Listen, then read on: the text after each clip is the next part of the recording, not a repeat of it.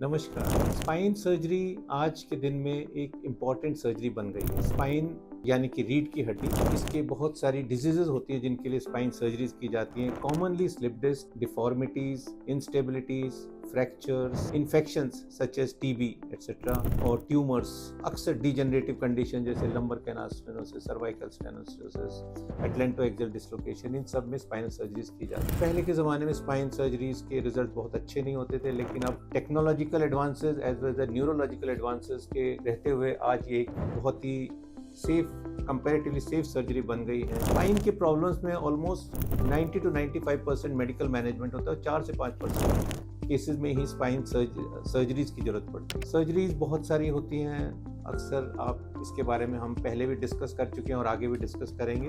Post operative एक बार spine surgery हो जाती है तो अक्सर उसके बारे में लोगों के डाउट्स रहते हैं कि स्पाइन सर्जरी के बाद हमारा क्या होगा, क्या हम जिंदगी भर जमीन लेटे रहेंगे, क्या हम पैरालाइज हो जाएंगे, ऐसे वैसे ऑल दोज थिंग्स। पहले तो मैं ये बताना चाहूँगा कि स्पाइन सर्जरी काफ़ी सेफ है और ये सब पुरानी बातें हैं।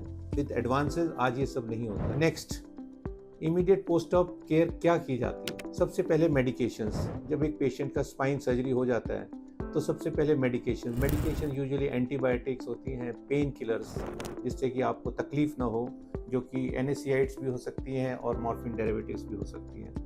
उसके अलावा और सपोर्टिव मेडिकेशंस दी जाती हैं। फ्लूइड्स खूब सारे दिए जाते हैं। नेक्स्ट इज डाइट में generally we try to give healthy food, nutritious food which is rich in proteins and जिसमें कि बाउल मूवमेंट हो, फाइबर्स रिच हो, विटामिन एंड मिनरल साथ में हो, ऐसा डाइट जो कि हीलिंग में हेल्प करता है। नेक्स्ट आता है एक्टिविटीज। यूजुअली हम सेकंड डे पे पेशेंट को वॉक करा देते हैं, कभी कभी सेम डे पे भी, बट मोस्टली नेक्स्ट डे हम पेशेंट को वॉक कराते हैं, खड़ा करते हैं। उसके बाद हम उसको एम्बुलेट करते हैं, यानी कि with support initially with physiotherapy team and thereafter अपने आप, और फिर हम उसको डिस्चार्ज कर देते हैं। जब हम घर भेजते हैं तो एक्टिविटीज धीरे धीरे बढ़ाने का एडवाइस किया जाता है। यूजुअली 2 हफ्ते यूजुअली घर पे रहते हैं और घर पर रह करके वो अपनी एक्टिविटीज को बढ़ाते रहते हैं, चलना फिरना, और कुछ प्रिकॉशंस सजेस्ट की जाती है जैसे लंबे टाइम बैठना नहीं, झुकना नहीं, वजन नहीं। तो ये इंपॉर्टेंट चीजें हैं। उसके अलावा वुंड केयर, यूजुअली हम 48 आवर्स में ड्रेन वगैरह निकाल देते हैं अगर ड्रेन रखी है, या वुंड ड्रेसिंग करते हैं। जनरली उसके बाद अराउंड 1 वीक के आसपास हम दूसरी ड्रेसिंग करते हैं और अराउंड 12 to 14 डेज में हम टाँके निकाल देते हैं, सूचर निकाल देते हैं, क्लिप्स वगैरह। फाइनली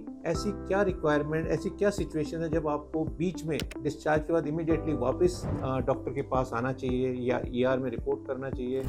यदि आपके वुंड में इन्फेक्शन का डाउट है, यानी कि वहाँ से आपको फीवर आ रहा है, आपको वहाँ से पस आ रहा है, या फिर सिर्फ रेडनेस हो गई है और फीवर आ रहा है, या बहुत ज़्यादा दर्द हो रहा है ऑपरेशन की साइट में।